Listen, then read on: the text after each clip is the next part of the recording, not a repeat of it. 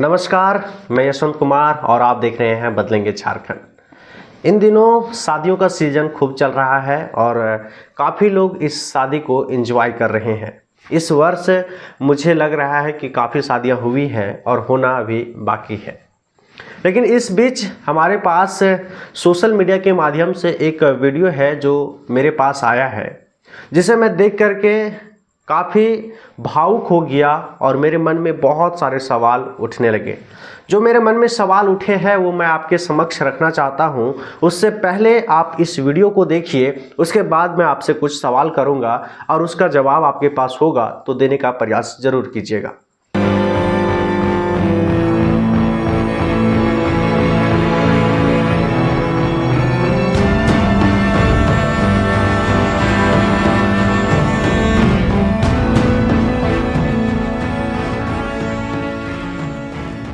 तो आपने जो अभी इस वीडियो को देखा, ये वीडियो काफ़ी रुला देने वाली वीडियो है और मैंने जब इसे देखा तो मेरे अंदर आत्मा को ठेस पहुंची कि हमारा भारत में ऐसे भी लोग हैं जो भोजन को महत्व नहीं देते हैं।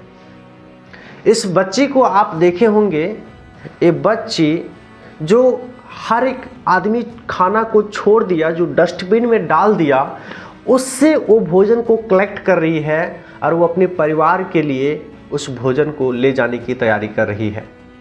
जूठा खाना एक तरह से कह सकते हैं कि जो लोग भरपेट खाना खाने के बाद जो छोड़ देते हैं, उस भोजन को ये छोटी बच्ची इकट्ठा कर रही है और उसे एक पन्नी में रख रही है।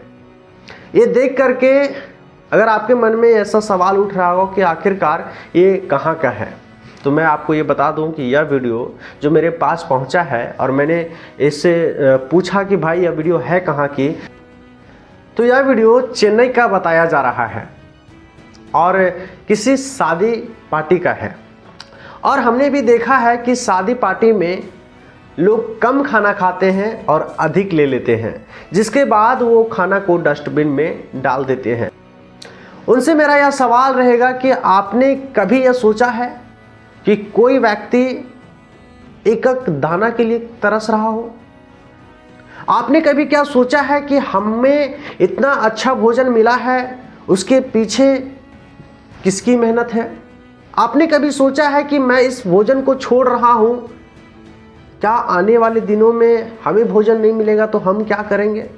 आपने कभी क्या सोचा है कि हम जो भोजन छोड़ रहे हैं किसी के लिए या अनाज साबित होगा? नहीं सोचा होगा। अगर आपने ऐसा सोचा है तो आप भोजन को नहीं छोड़ते होंगे और मैं आपके लिए एक ताली बजाना चाहूंगा कि आप भोजन को ऐसे व्यर्थ नहीं करते हैं। काफी सारे सवाल हमारे मन में उठ रहे हैं, खास करके इस वीडियो को देखने के बाद, क्योंकि जिस भारत में हम रहते हैं उस भारत में इतना अनाज उत्पन्न होता है कि हम दूसरे देशों को यहाँ के अनाज से हम लोग परिपूर्ण करवाते हैं।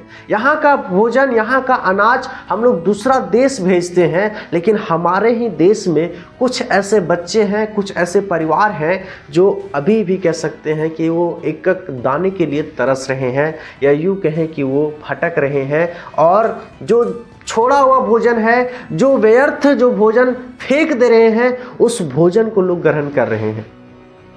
ऐसे भारत में हम लोग हैं जहां पे इकोनॉमी अगर कहें देखा जाए तो वर्ल्ड में 5वें स्थान पे है और ऐसी ही हालत। बहुत सारे सवाल उठते हैं। मैं आप सभी लोगों से यह पूछना चाहता हूं कि क्या आपने कभी शादी पार्टी में ऐसा देखा है कि जहां पे खाना बहुत ज़्यादा नहीं फेंका गया हो? मैंने कल एक शादी में गया, शादी का रिसेप्शन में गया, वो हमारा ही मौसा का बेटा का था और वहाँ पे मैंने देखा कि काफ़ी सारे लोगों ने चावल को लिया, दाल को लिया, कुछ सब्जियां भी ली और वो वैसे ही छोड़ दिए। हमारे पास उसका वीडियो भी है, लेकिन मैं आप लोगों के बीच में वो शेयर नहीं करना चाहूँगा।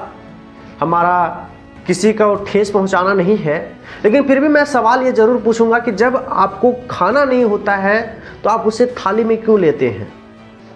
इसमें मैं आपको एक लाइन बोलना चाहूँगा कि उतने ही ले थाली में जो व्यर्थ ना जाए नाली में। तो इसलिए आप उतने ही भोजन को लें, आप चाहे जिस भी शादी में जाते हो, जिस भी पार्टी में जाते हो, या फिर अपने घर में ही क्यों ना हो, आप अपनी थाली में उतने ही भोजन लें जितना आपको खाने की इच्छा हो, जितना आपको खाने का मन कर रहा हो, जितना आपके आत्मा मांग रहा हो, आप उतने ही लें। आप व्यर्थ ना डालें। आप डस्टबिन में डाल देते हैं और वो डस्टबिन से कोई चुन करके भोजन को खाता है। क्या आपको यह देख करके सही लगता है? मुझे तो यह सही नहीं लगता है। अगर वही भोजन अगर बचा हुआ रह जाता है तो उस भोजन को आप डिस्ट्रीब्यूट कर दीजिए। वैसे परिवार के लिए जो जिनके पास है ही नहीं, वैसे बच्चों के बीच में जो तरसते हैं खाने के लिए एक अच्छा भोजन, क्योंकि शादी की पार्टी में अच्छा भोजन बनता है।